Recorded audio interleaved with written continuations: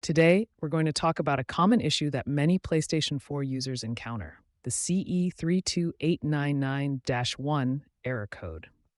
This error prevents your PS4 from connecting to the server, which can be quite frustrating. But fear not, because in this video, I'll guide you through the steps to fix this error and get you back to gaming in no time. Firstly, let's start by checking your internet connection. Make sure your PS4 is connected to a stable and reliable network. You can do this by going to the Settings menu, selecting Network, and then Test Internet Connection.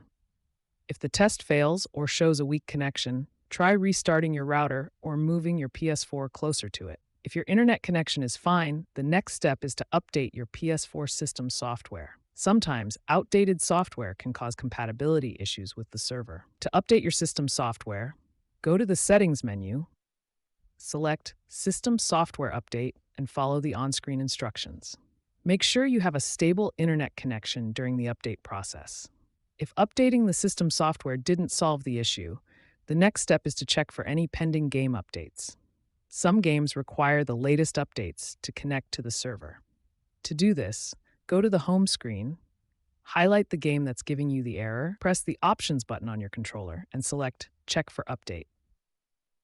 If there's an update available, download and install it. If none of the previous steps resolve the CE-32899-1 error, it's time to rebuild your PS4's database. This process can fix any corrupted data that might be causing the issue. To rebuild the database, turn off your PS4 completely, then press and hold the power button until you hear 2 beeps. Connect your controller via USB and select the Rebuild Database option. This process may take some time, so be patient. Lastly, if all else fails, you can try contacting PlayStation support for further assistance. They have a dedicated team that can help you troubleshoot and resolve any persistent issues you may be facing.